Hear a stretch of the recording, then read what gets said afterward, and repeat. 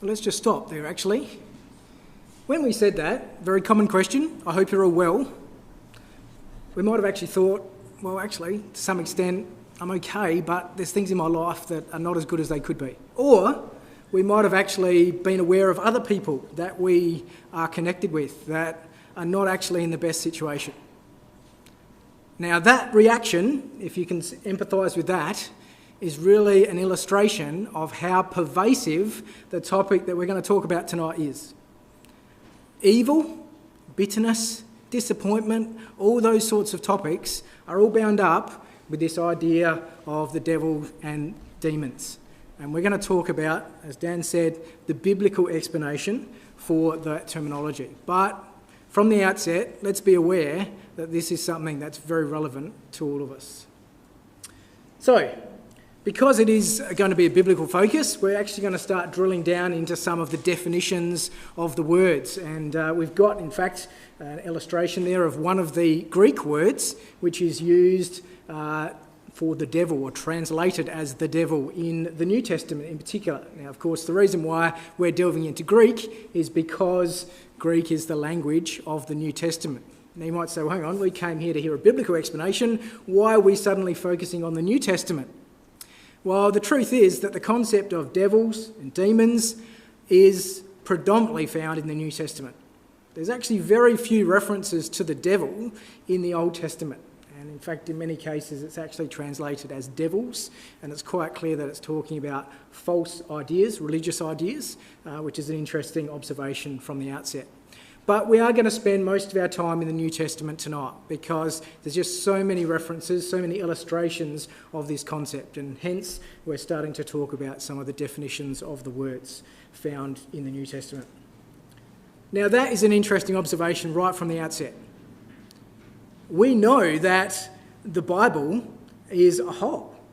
The Old Testament and the New Testament work very cohesively together.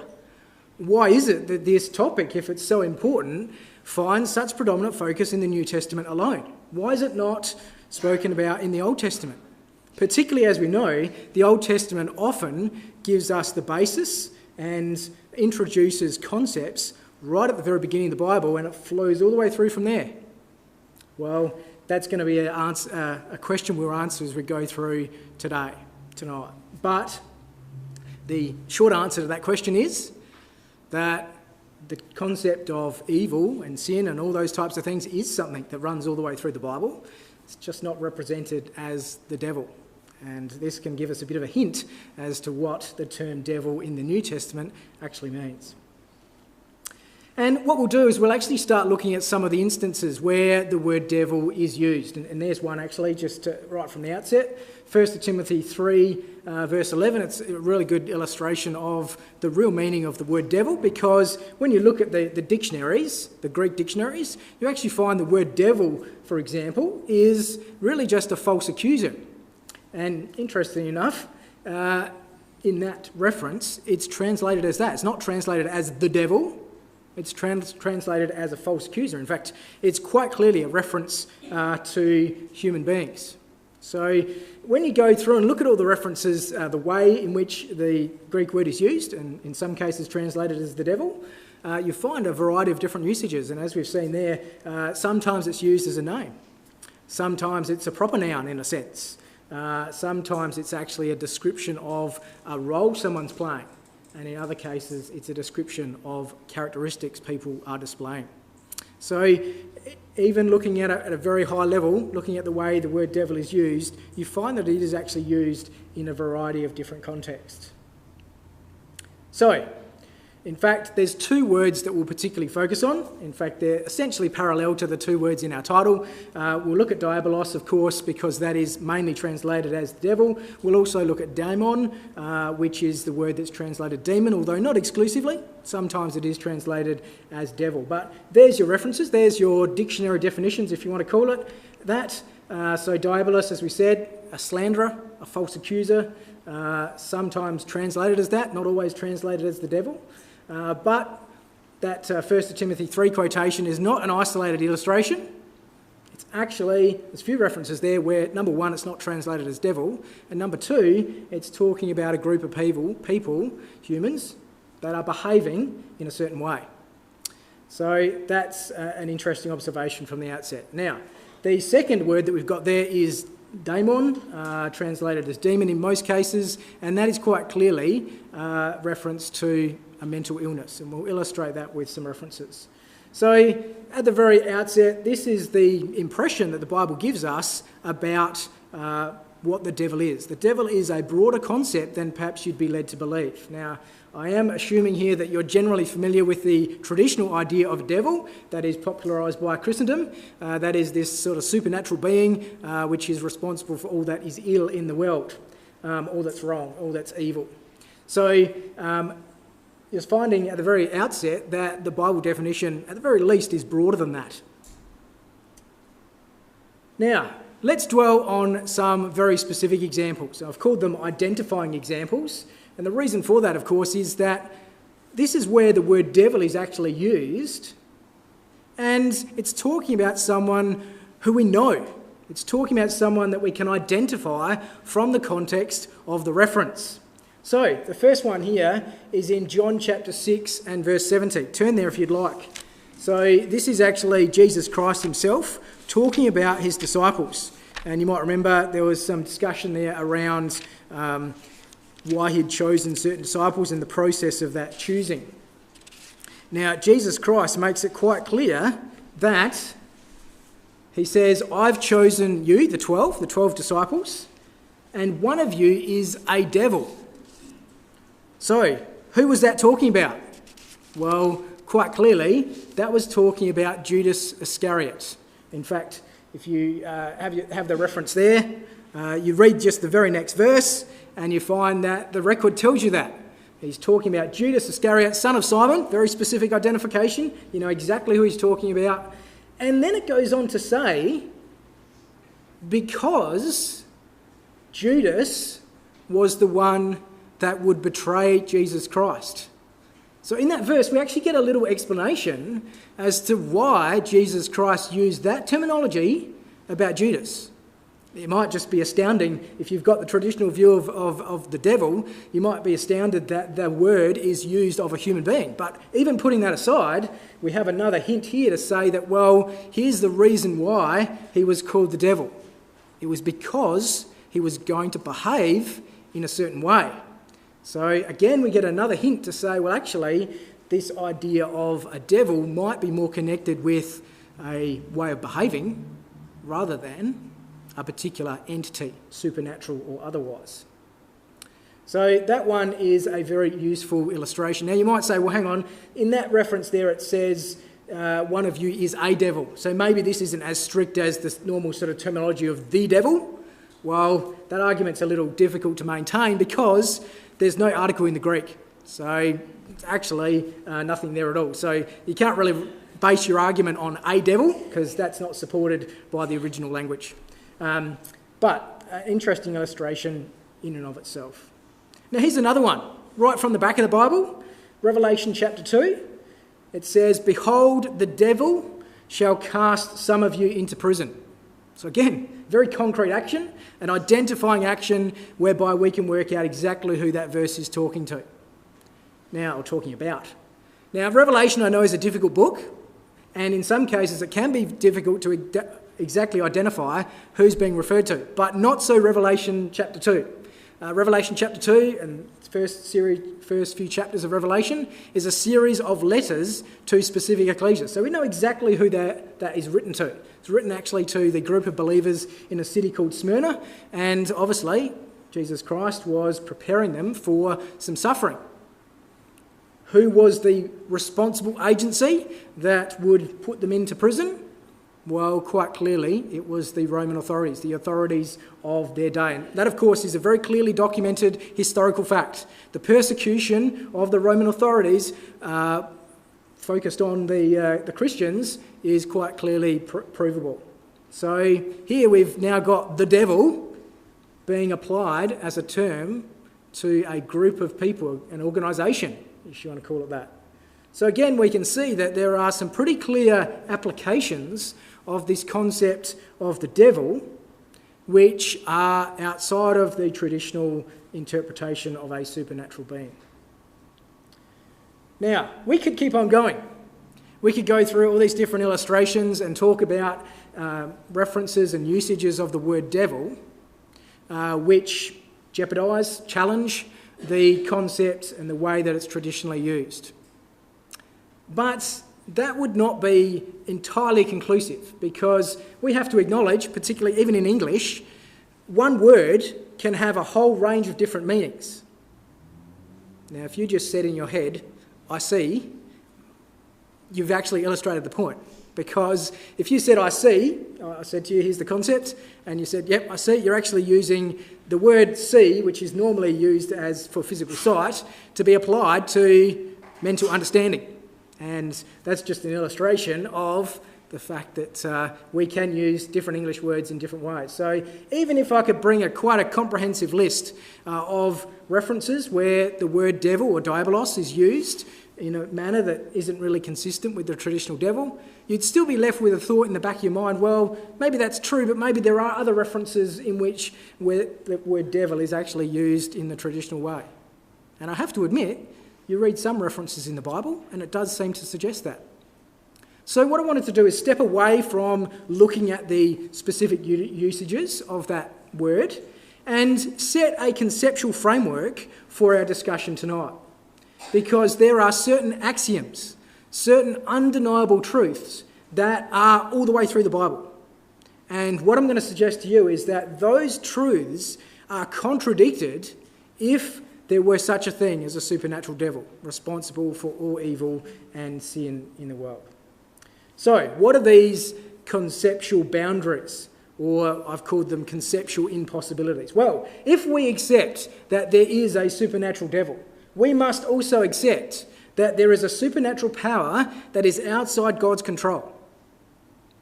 So, now, just before we get into the detail of that, understand that this is a very central idea in the Bible. You'd have to say that perhaps the objective of the Bible is to tell us about who God is and what his moral standards are. So, it's a very fundamental theme, and quite clearly it says that everything is in God's control. So, we'll come back to that in a second. Now, the second concept or impossibility that you'd have to accept is that if you're looking at sin and evil from a human perspective, you'd have to say that, well, the real responsibility for sin rests outside of humans. It's some external factor that actually triggers us to do the wrong thing. Now again, just appreciate that responsibility for sin and the real source of sin, if you want to call it that, is a very fundamental theme throughout Scripture. And we'll go through that and explain just how impossible that idea is. Now, the third factor that I wanted to mention is that you must also accept that there is an immortal being, so that is a being that continues throughout time, not subject to death, that is also sinful. And I'd suggest to you that that also contradicts a fundamental formula, basically, that is found throughout Scripture. Again, a very significant theme in the Bible is the issues to do with immortality on one hand and mortality on the other. So these are very well documented and thoroughly discussed issues. So let's go into each of those and let's clarify in our minds just how strong the Bible is on each of those principles. So firstly, God is in supreme control. Now, you might actually be able to think of several references from Scripture which already demonstrate this.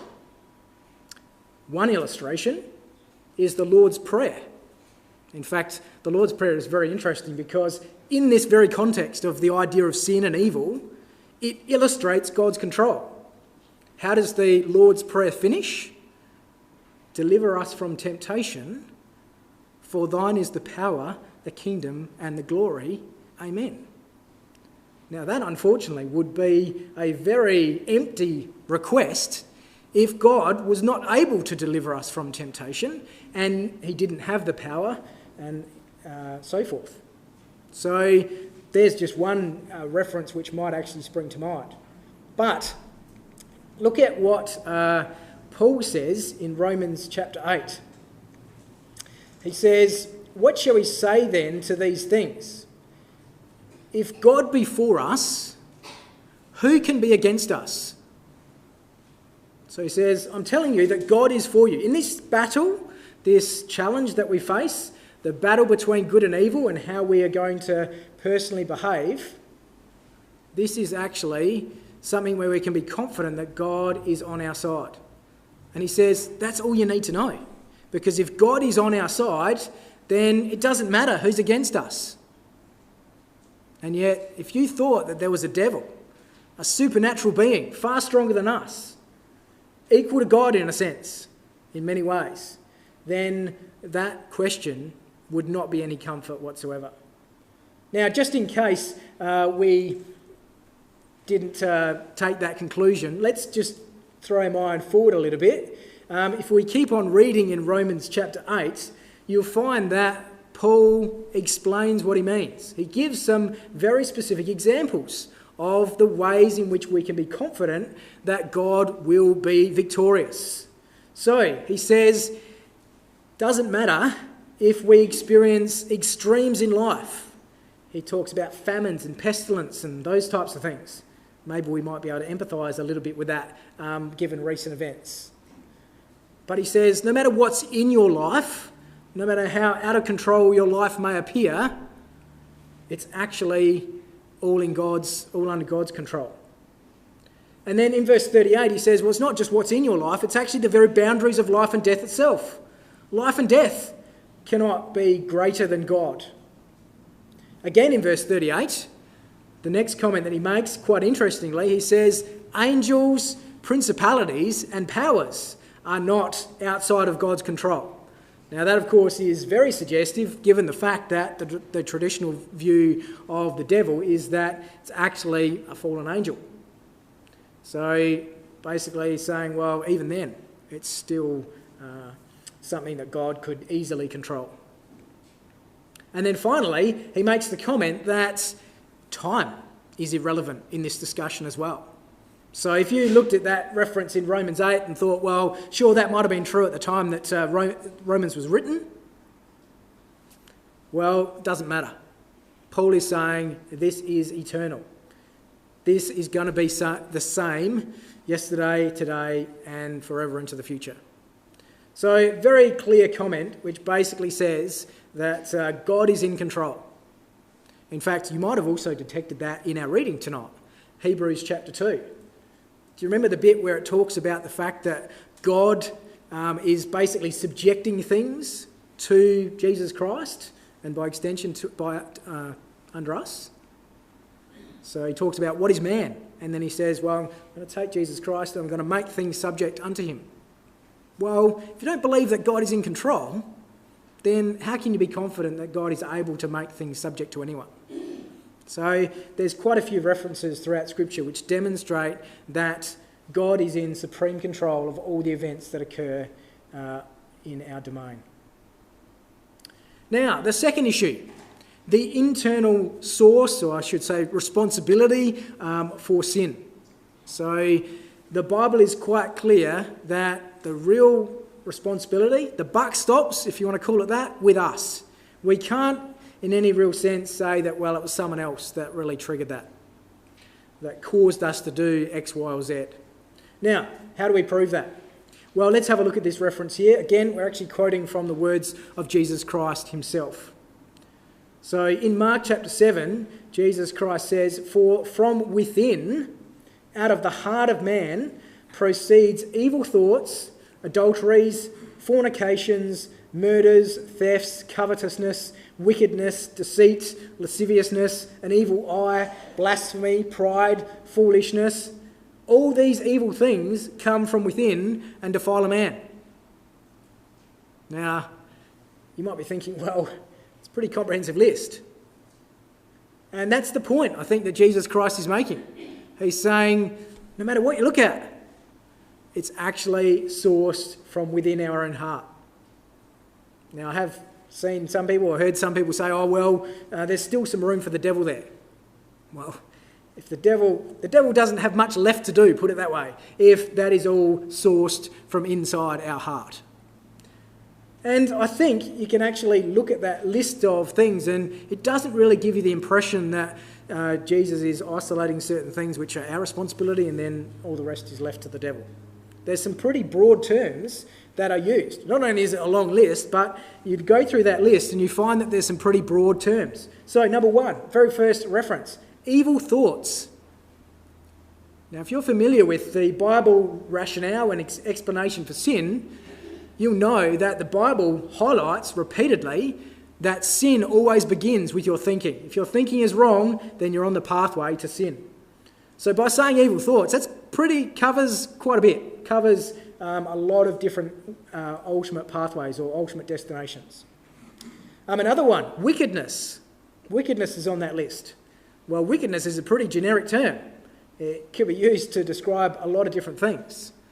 And you could go through that list, and again, you'd find that it's not really looking at specific issues, it's looking at very broad and general terms. Another couple of ones you could think about is pride. We're told that pride is actually a very significant source of sin, all different forms of sin. You could also run the same argument with blasphemy. Blasphemy can be used in certain contexts to be a description of broader sins, a whole range of different sins. And in fact, blasphemy really is going up against God, and in fact that's probably a good definition of any form of sin. So yeah, you can see that it's very broad in its terminology here. And you can actually see it's very varietous as well. It talks about a whole different range of things. It talks about actions, things we do, and it also talks about thoughts that we might have. So it's quite broad in that respect. And final point to make here is, if you're familiar with the Bible's way of characterising sin, you'll know that the Bible basically says there are three causes for sin. In fact, in John says that this encompasses everything. There is, of course, the lust of the eye, the lust of the flesh, and the pride of life. And if you go through that list, you'll find representatives on each of those headings. So again, even if you compare Scripture with Scripture, you get the impression that this list is meant to be comprehensive. It's meant to be exhaustive. And therefore, we can be confident that where is the real source of all forms of sin? It really comes from our own hearts. So again, we're seeing a distinct contradiction between the traditional idea of a devil and what the Bible teaches. And then we come to this final issue. And the final issue here is the fact that the Bible constantly teaches that sin has an inevitable consequence, and that is death. And yet, the traditional idea of a devil would ask us to believe that someone that is perhaps the epitome of sin can last forever. So here it is stated simply, Romans chapter 6, perhaps a verse that's familiar to a lot of us. For the wages of sin is death, but the gift of God is eternal life through Jesus Christ our Lord. The wages of sin. Wages, of course, the absolute consequence of working in a certain way is death. So it's the result. So that's quite clear. In fact, that's just one reference to it. This is quite clearly a theme which runs all the way through the Bible. In fact, you'd say that this theme actually started in Genesis. It started with Adam and Eve. If you're familiar with the Genesis story, Adam and Eve, the very first human being. In Genesis, they were told, you need to refrain from doing certain things. You needed to refrain from eating a certain tree. What was the consequence? God said, if you do what I've told you not to do, you will surely die. And, just in case we didn't get the point, what actually happened? Well, they ate of the fruit of that tree and they died. So that lesson was reinforced from the very beginning. In fact, ironically, the whole reason why they did eat of the fruit, despite being told not to, is because they doubted the fact that God actually was going to apply the sentence of death because of their disobedience. So, in a sense, this devil-type thinking was really responsible for that aberration.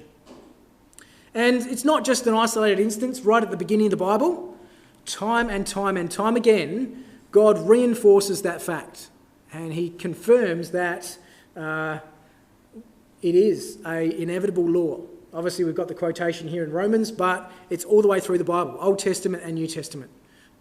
God, when he intervenes, he illustrates the inevitability of this principle. You're probably familiar with the law which God gave, particularly referenced in the first 5 books of the Bible. Time and time again, there was references there to the fact that if you behave in the way that God told you to behave, then you could have life. But if not, then death awaited you. It's even actually embedded in the 10 Commandments, which we may well be quite familiar with. But there's plenty of other references. In fact, a very well-known verse in Deuteronomy, which is sort of getting towards the end of those first 5 books, of course, basically put the question to the group of people that were listening. Moses says, choose life. I've given you the choice. How did they choose life? Well, basically, they chose life by doing what God said, obeying rather than sinning. So this concept is constantly repeated throughout Scripture. So we've gone through these 3 fundamental issues, and we basically find that they contradict the existence of a devil, and yet they are undoubtable principles on which the Bible is based. Now, maybe up until this point, all we've succeeded in doing is proving what the devil isn't. But now what we wanted to do is to look at what the devil is, because the Bible does have a clear explanation. So up until this point, if you were persuaded of the traditional view of a devil, then hopefully what we've been able to do is get you to at least reconsider that. Now, let's then look at what the Bible describes as the devil. So, here's our reference from our reading tonight. As Dan highlighted, it refers to the term the devil. So Hebrews chapter 2 and verse 14. Forasmuch then as the children are partakers of flesh and blood, he, and from the context, we can be confident that that's talking about Jesus Christ, also himself likewise took part of the same, that through death he might destroy him that had the power of death, that is the devil. So here we have a biblical explanation. What is the devil? Well, in biblical parlance, it is the power of death. So, that's one piece of information which might be a little bit ethereal, a little bit hard to pin down at this point, but basically it gives us a concept to work with. So, the devil has the power of death. So, let's just bring this down to an equation. So, Hebrews 2:14 tells us there's this connection between the devil and death. And he uses the term the power of death. Now, what we're going to do is we're going to create a parallel, because there are other verses in Scripture which talk about the idea of death.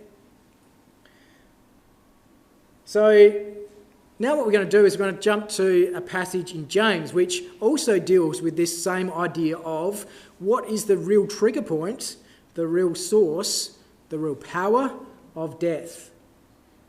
So, what does James tell us on this very same topic? James says, "But every man is tempted when he is drawn away of his own lusts and enticed. Then, when lust hath conceived, it bringeth forth sin, and sin, when it is finished, bringeth forth death." So here we've got a difference. So previously, we've got this connection between the devil and death. Now we've got this connection between sin and death, which of course shouldn't be a surprise to us. We've already referred to that fundamental principle. So we can sort of put these in a bit of a sequence.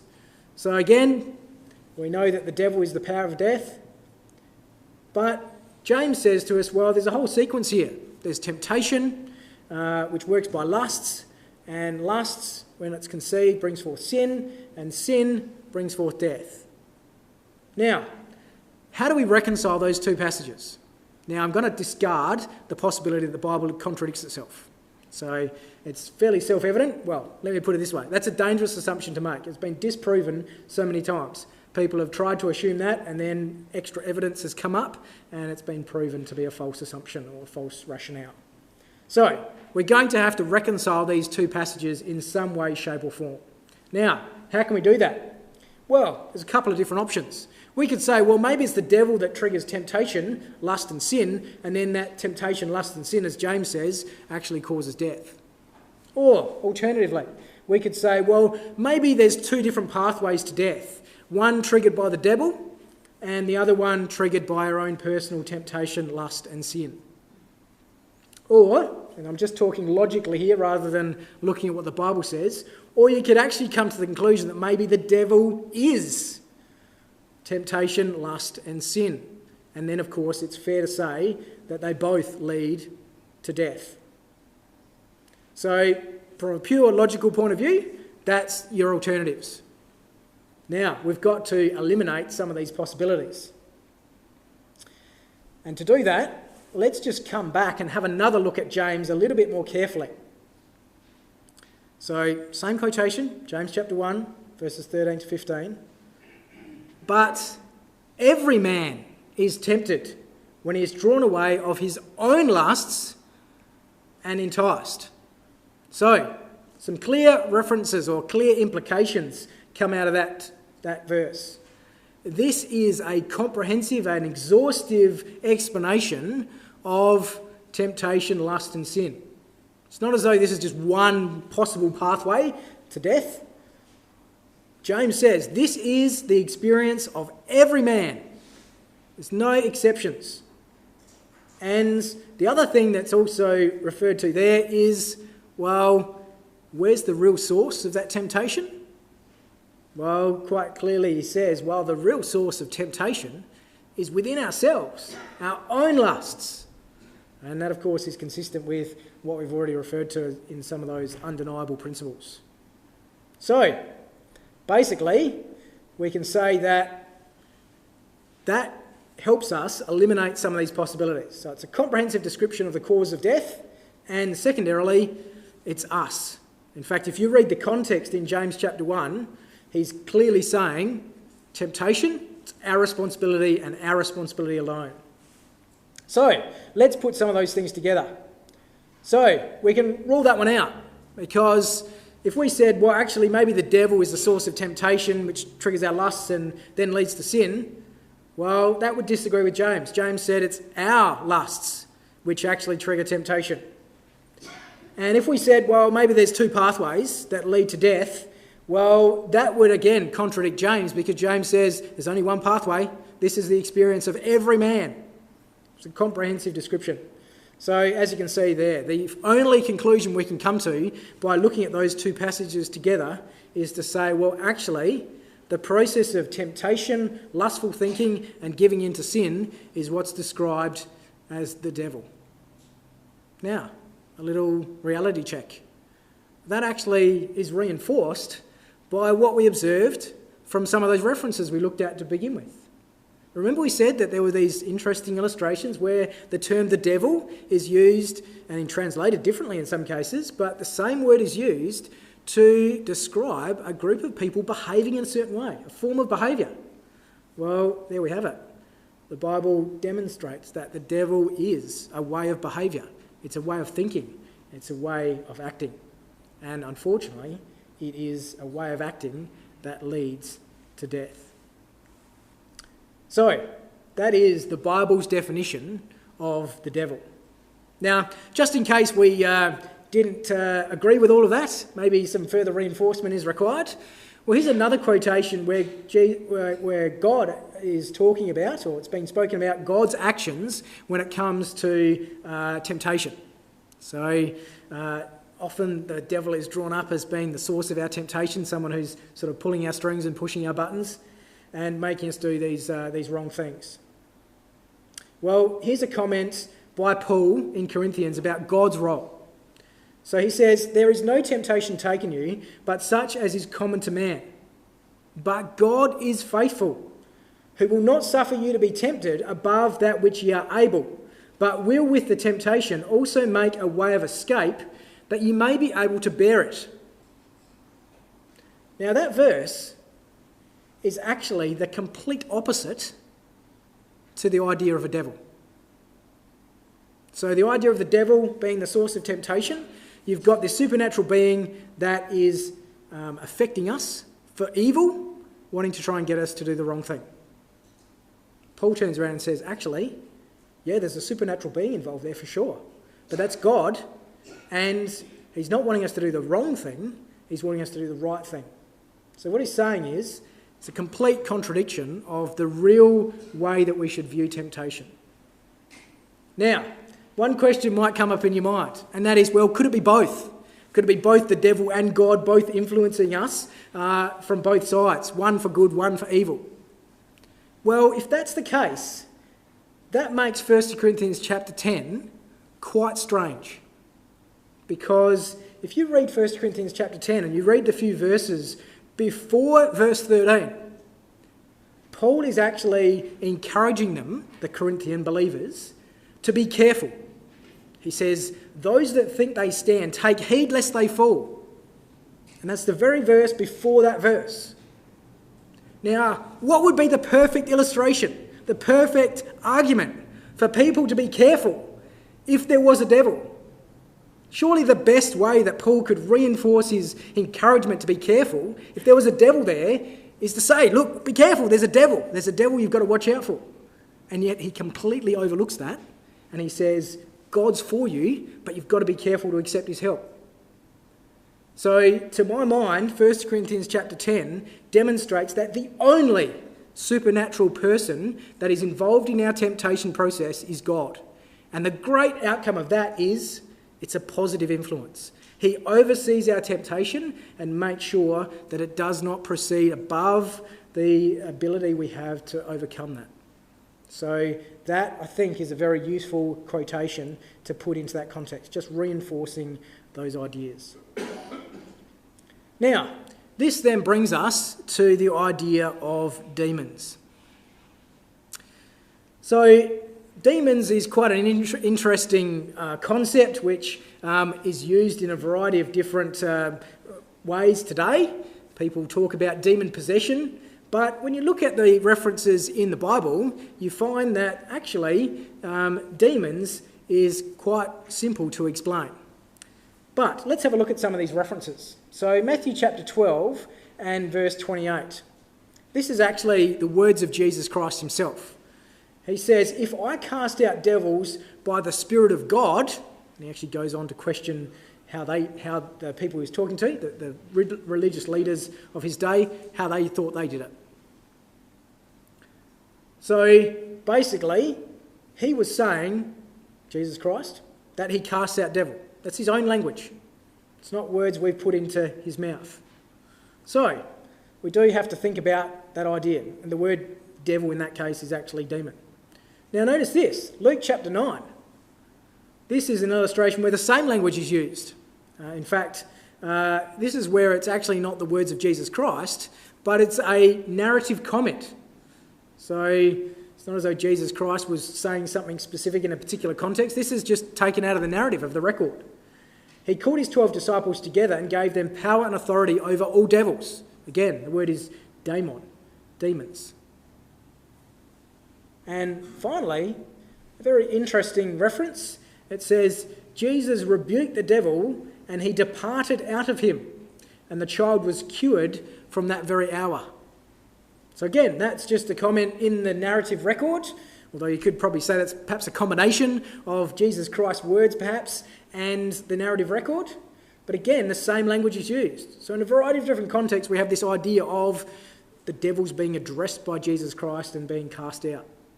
So does that mean that there is an identity or identities that could be classified as demons? Well, I don't think so, because it's quite clear from the context here that all it's referring to is a mental illness. So look at that last quote particularly. So it says, Jesus Christ rebuked the devil and the child was cured. Notice the interchangeable terms that are used there. He rebuked the devil, the child was cured. Now, curing, of course, that is basically the terminology we use for illness. So, to the way the gospel record works, in fact, interesting enough, that's recorded by Luke. Luke was a doctor. Interchangeable terms. Casting out the devil, exactly the same as curing someone. And this actually is demonstrated and repeated again elsewhere. In fact, this is a very strong illustration of how the Bible uses this terminology. What is it really talking about? Is it really talking about a demon? Well, look at Matthew chapter 8. This is a reference to the work of Jesus Christ. It talks about his healing ministries, and it says, "They brought unto him many that were possessed with devils, and he cast out the spirits with his word and healed all that were sick, that it might be fulfilled which was spoken by Isaiah the prophet, saying, Himself took our infirmities and bare our sicknesses." So look what's happening there. They see an event, and the Bible tells us that this is a fulfilment of ancient prophecy by the prophet Isaiah. So these are definitely equivalents. They're definitely able to be compared. Well, look at the parallel terms. On the one hand, they talk about people being possessed with devils and having spirits. But on the other hand, when you actually quote from the Old Testament to the mind of that writer, it was just a case of people being healed of their infirmities, of people having their sicknesses taken away. Now, that, I think, is very powerful, because there's one golden thread that runs through the Bible, a very strong, powerful thread, I should say, and that is the fulfilment of prophecy. Now, if you doubt the connection between demons and the healing of sicknesses, you place a question mark over this particular fulfilment of prophecy. So that's a really important issue to consider. But before we leave this idea of demons, the key thing that we need to understand, though, is why did Jesus use this language? We've seen references there where Jesus did use this language. Now, even if it was the common vernacular of the day, even if that was the way which they referred to illness, there's a danger that people might get the wrong impression. And of course, today is no exception. There are people today that still believe in demon possession based on their belief of the Bible. So Jesus Christ would have known that that was a possibility, so why did he use this terminology? Is there an explanation for him using this demon possession as a way of describing his miracles? Why would he be in any way deceptive? And bear in mind that Jesus Christ was a master teacher, and he knew that he was teaching for all time, not just for his audience that was listening to him at that point. Well, when you go through the miracles of Jesus Christ, you find a very strong theme which demonstrates that in these miracles there were a moral lesson, a very strong moral rationale or take home. Now let's just demonstrate that. So the first reference we've got there is Mark chapter 2 and verse 5. So this is the story. You might remember this. It's quite a dramatic story. Jesus Christ is teaching. There's a lot of people around him. And all of a sudden, the roof opens up. And there's people lowering down an invalid on a bed for Jesus to be healed. There were so many people around Jesus Christ that they couldn't get in through the normal door. So they decided to take up the roof and let him down. Now, as Jesus Christ heals that man, the man with the palsy, he's cured. He says to him, "Your sins are forgiven." And that actually created quite a furor amongst the people that were observing, particularly the religious authorities. They raised questions about whether Jesus Christ was allowed or whether he had authority to forgive sins. But can you see what Jesus Christ has done? He's completed the physical healing, but then he's taken it to a moral dimension. He said, well, really, what this is all about is the forgiveness of sins. In fact, I think it's quite interesting that they weren't worried about the roof. They were more worried about this moral aspect. So essentially, that was the key lesson that came out of that event. It's not an isolated instance. John chapter 5, you might remember the healing of the man at the pool of Bethesda. Very significant event for that particular man. Remember, he'd been lame for 38 years. So this was life-changing by no stretch of the use of that term. So he heals a lame man, and later on, after the man has got up and taken his bed and walked away, Jesus Christ finds him, interesting enough, in the temple. So it suggests that the lame man saw that there was a moral dimension to this healing. And he says to that man, "Sin no more, lest the worst thing come upon you." Now, we don't have time to go into this. Jesus Christ is not talking about direct retribution or proportionate retribution. It's not saying that if we sin, we're going to get a disease, or if we sin really badly, we'll get a really bad disease. That's definitely disproven in other parts of Scripture. But he is demonstrating that there is a connection between these moral lessons and these miracles. In fact, you'd have to say that one of the major reasons why Jesus Christ conducted these miracles was to teach very specific moral lessons. Sure, there was the overarching lesson that it demonstrated that Jesus Christ had remarkable powers. That was consistent through all miracles. But there were very specific lessons from very particular types of illnesses. And the same issue comes up with the healing of mental illness. Healing of these demons that we've been talking about. And this takes us to Matthew chapter 12. So let's have a look at Matthew chapter 12. Very interesting comments here that are referred to, that are recorded of Jesus Christ's words.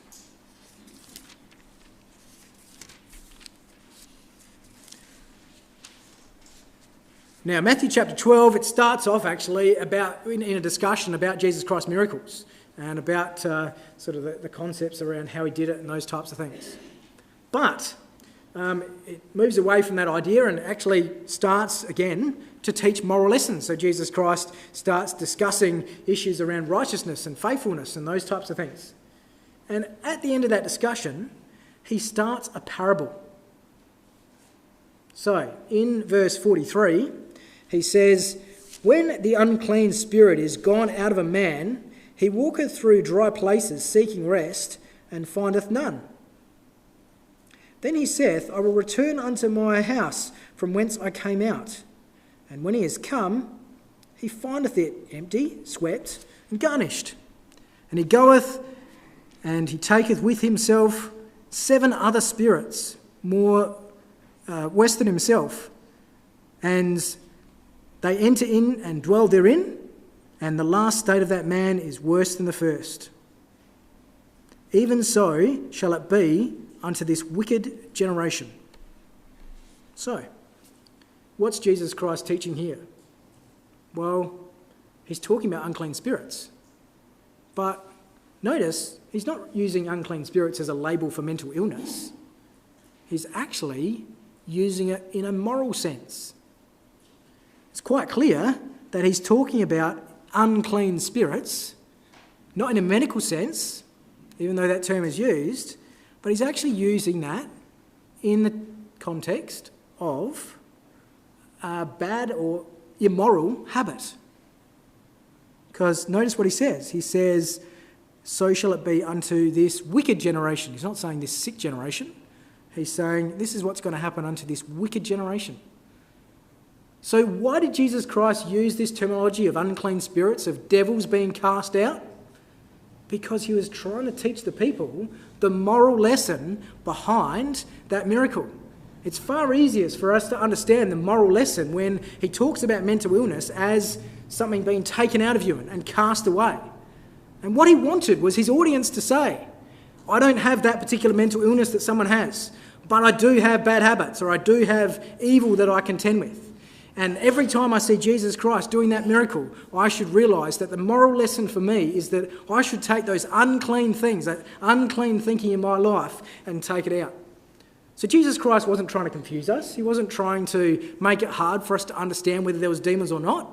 In fact, it's the opposite. He knew that we would hopefully understand that there was no demons. What he wanted to do was use language that taught us the moral lesson in clear and unmistakable terms, because that was the whole reason why these miracles were conducted in the first place. Now, You might be saying, well, what does it matter? If that's the Bible's view on demons and devils, okay, you're saying that devils and demons are all entirely natural phenomenon. Devils is our own way of thinking. Demons just a natural illness. What does it matter? Can't I just live my life and pretend there's a devil, and wouldn't that make me more focused on actually fighting against it and being a good person? Well, no. I don't think that's the case at all. If you believed that you had to fight against a supernatural being every day to live the life that God wanted you to do, you are not going to be as motivated as Paul said, understanding that you have a loving God that is looking after you and that is making temptations bearable and that is providing you with ways of escape. So there is a very strong motivational issue here that we need to be aware of. But the other and perhaps more powerful point that I think we also need to appreciate is that, remember coming back to Hebrews chapter 2, remember we said that Jesus Christ had destroyed the power of death, that is the devil. Well, what does that actually mean? Well, let's logically flow it through. If the devil has the power of death and Jesus Christ has destroyed the devil, then by implication, of course, that means that Jesus Christ must have destroyed death. Now, that's reinforced by the fact that Jesus Christ was raised to life again. In fact, the commentary on that event was that it was impossible that the grave should hold him. So that is correct. It's a correct rationale. And interesting enough, in Hebrews chapter 2, it's quite clear that it's something that's not just relevant for Jesus Christ. It's not just saying, well, there's one person that's been raised from the dead. You probably remember from reading Hebrews chapter 2, the whole point of Hebrews chapter 2 is there's a whole group of other people, Jesus Christ's brethren, Jesus Christ's family, that are also going to share in this concept. So this is a big deal. This is saying that not only is one person going to overcome death, everyone is. Now, is that consistent with the wider picture of Scripture? Well, absolutely it is. Here's a remarkable reference from Revelation 21. So we're getting right to the end of the Bible. And here's the picture of our future. It says, God shall wipe away all tears from their eyes, and there shall be no more death, neither sorrow nor crying, neither shall there be any more pain. So you can see there, it's not just death that's going to go. All those things that might have sprung to our mind in the very first moments of this lecture when we were thinking about the tinges of bitterness that do come into our life. All those things will be gone. Now, can we believe that? Well, if you believe in a devil, I entirely accept that you have the reason to be very sceptical about that proposition. Because if you believe in a devil, you have accepted that God is not completely in control, that God is unable to reinforce his laws, particularly the law around sin equating to death. And then, by consequence, you would be very reasonably sceptical about the fact that God is able to destroy death and allow people to live forever. However, I hope we've seen tonight that there is a far greater principle and teaching in Scripture that basically says that there is no supernatural devil. It is our own flesh. It is our own lustful thinking. And that is something which God is able to help us to overcome. And the ultimate result of that will be a time described there, a remarkable time which, of course, we'd all like to share together. And we'd love to work with you to reach that eventuality for each and every one of us. Thank you.